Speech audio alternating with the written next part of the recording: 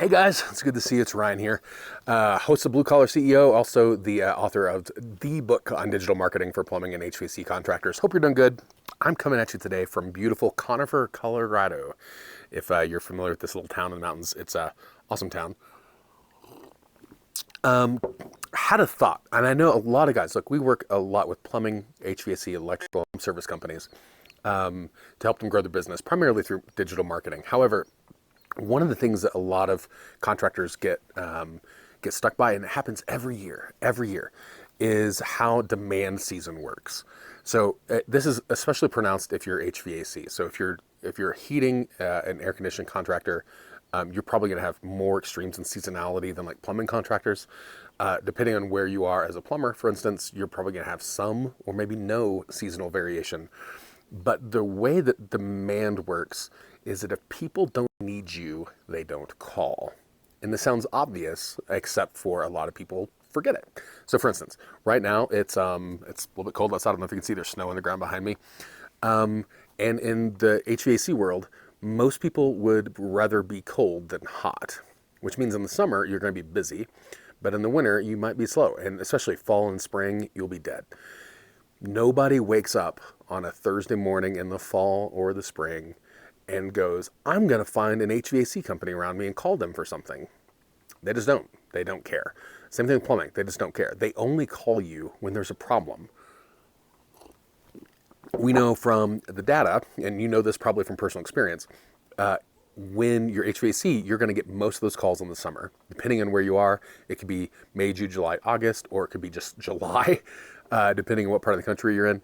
But demand season is going to be where the customer has an immediate problem and they're going to pick up the phone and call you. When you do that, when your customers are calling you, you're going to want to make sure that you're everywhere the customer is looking. So for us, we do a lot of stuff like with Google. We want to make sure that, because statistically speaking, 83% of the people go to Google first.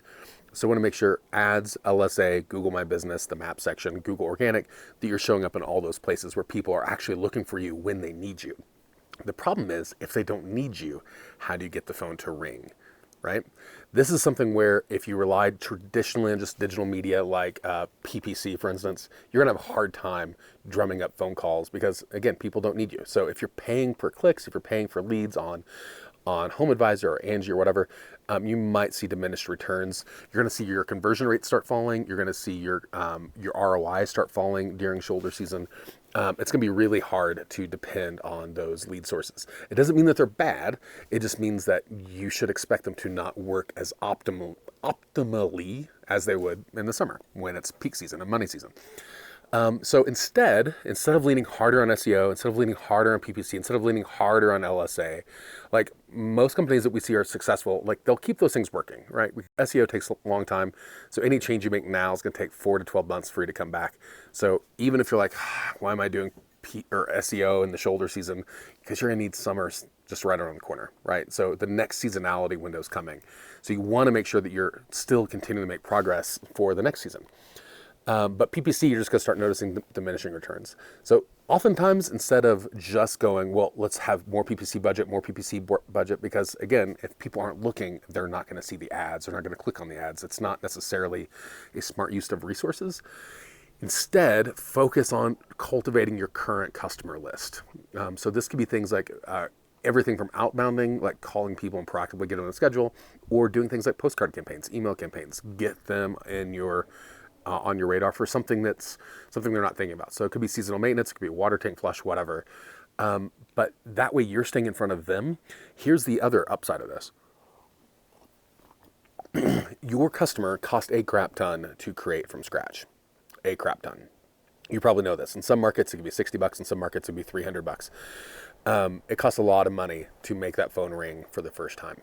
Instead of paying more money to get that phone ring for the first time, go ahead and just take that same list that you've already curated, you've already developed, and build out a reason to contact them again. You've already acquired the customer. You've already acquired their contact information. So just rehash it. Even if it's something that you went out and like you did an estimate for a new system, but they didn't buy the new system, go ahead and remarket them with new system install prices. Like help rehash that particular lead. It's going to cost you pennies. but you've already spent the big bucks to get that name in your FSM. So I guess the big lesson here is when you're doing things like digital, when you're doing things like SEO or PPC or LSA or GMB, those things will work exceptionally well when people are looking for you, right? But if people are not looking for you, you're going to need to think outside the box. So that's when you're going to need to think about like postcards. You're going to need to think about like actually going through neighborhoods and canvassing. You're going to need to think about having your CSRs pick up the phone, make sure they have a good outbound script. You're going to want to make sure you take every opportunity to keep your job board full. Because if you just wait on customers to come to you during shoulder season, you're going to struggle. So there is an episode on the podcast that we did a little while ago with Michelle Van Beek. I'll link it in the notes here, but that'd be another one about how to, instead of thinking about this about shoulder season, think about like grind season and make sure you keep your guys busy. And I think if the more you can start planning, preparing around, proactively getting ready for shoulder, the more likely you're going to have success in that season. But I'd like to hear from you. Leave a comment below. Again, I'll put the show notes for that Blue Collar CEO episode with Michelle Van Beek. But I'd like to hear from you. What do you struggle with in shoulder? How do you get through? As always, guys, follow us on Facebook, subscribe on YouTube, and stay safe out there. We'll see you.